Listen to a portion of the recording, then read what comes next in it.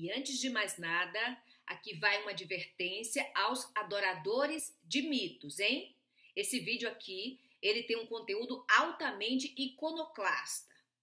Como toda nietzschiana, eu sou bastante cética com relação a ídolos, tá? Aliás, cética é pouco. Na verdade, a minha descrença em mitos, em heróis, em falsos messias, ela é total, absoluta. Então, não esperem que eu me proste diante dos seus ídolos. Dito isso, vamos ao que interessa.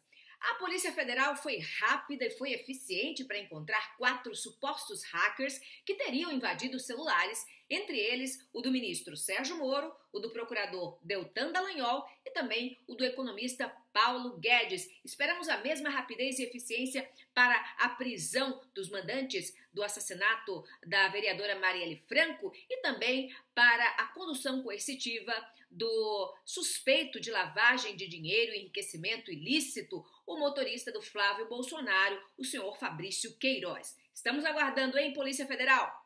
Bem, ao contrário do que revelara, o perfil fake Pavão Misterioso, que é fonte de informação para uns 100 números de idólatras incautos, pois bem, o hacker de Moro não era russo, como dizia o tal Pavão, era de Araraquara mesmo, do interior de São Paulo. Mundo pequeno, né? Bem, de acordo com a inteligência da Polícia Federal, Gustavo Henrique Santos, Suelen Priscila, Danilo Cristiano e Walter Delgatti Neto cometiam crimes cibernéticos como fraudes bancárias e conseguiram sim ter acesso ao aplicativo Telegram de celulares de várias autoridades, entre elas Sérgio Moro, Deltan Dallagnol e o ministro da Economia Paulo Guedes. Caso resolvido? Bem, Moro, o chefe da Polícia Federal, que teve conversas antirrepublicanas vazadas para a imprensa, garante que sim, caso resolvido. Os hackers foram presos, fim de papo, ponto final. Por meio da sua conta no Twitter, o ex-juiz da Lava Jato, Sérgio Moro, ele afirmou que os suspeitos que foram apreendidos, os 4 suspeitos apreendidos pela PF, seriam sim a fonte que repassou os diálogos comprometedores para o site The Intercept Brasil. A informação, no entanto, de Moro não foi confirmada nem pela polícia, que interrogou os 4 suspeitos, nem pelo Ministério Público, que acompanha as investigações, tampouco pelo juiz do caso.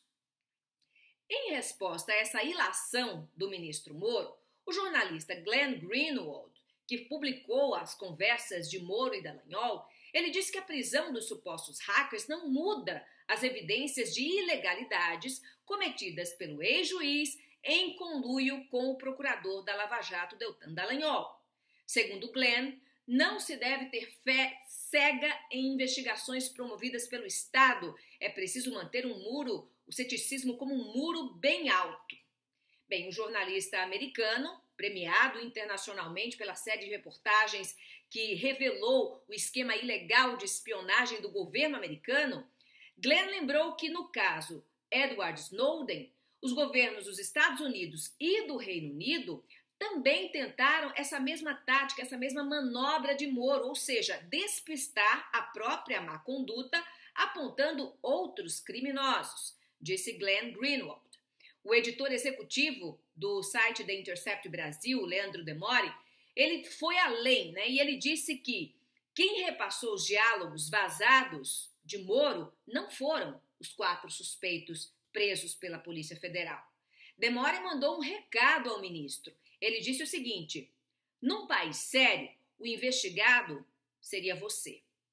Fecho aspas. Desde junho, o site da Intercept Brasil vem publicando mensagens e áudios trocados entre o chefe da Força Tarefa da Lava Jato, Deltan Dallagnol, e o então juiz do caso, Sérgio Moro. Especialistas em direito dizem que, de acordo com o Código Penal, processos originados na Lava Jato podem sim ser anulados se ficar comprovado que o juiz do caso agiu parcialmente, orientando e auxiliando uma das partes, como ficou bem evidenciado nos vazamentos. Outros veículos de imprensa, como por exemplo a revista Veja, o jornal Folha de São Paulo e a Band News, através do jornalista Reinaldo Azevedo, passaram a ter acesso também a todo o material e também publicaram esses diálogos de Sérgio Moro e Deltan, chancelando a veracidade dos vazamentos. Então não é só o The Intercept que está publicando essas mensagens. Ao se deparar com a gravidade dos fatos trazidos à tona pela imprensa, ainda assim o CNJ, que é o Conselho Nacional de Justiça, desistiu de abrir um procedimento administrativo contra Sérgio Moro, que poderia sim ter perdido o cargo de juiz como punição. Mas como ele foi nomeado, premiado, com essa nomeação por Bolsonaro como ministro da Justiça, Moro acabou se antecipando e pediu para sair da magistratura. Então, essa foi por pouco. Já Deltan Dallagnol está sendo alvo de uma investigação do Conselho Nacional do Ministério Público e ele sim poderá ser punido.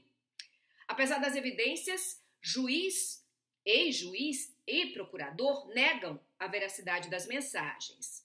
Mas, vejam bem, se as mensagens divulgadas pela imprensa são falsas, por que então que a Polícia Federal prendeu os hackers? Alguém responde essa pergunta? Boa noite, Brasil!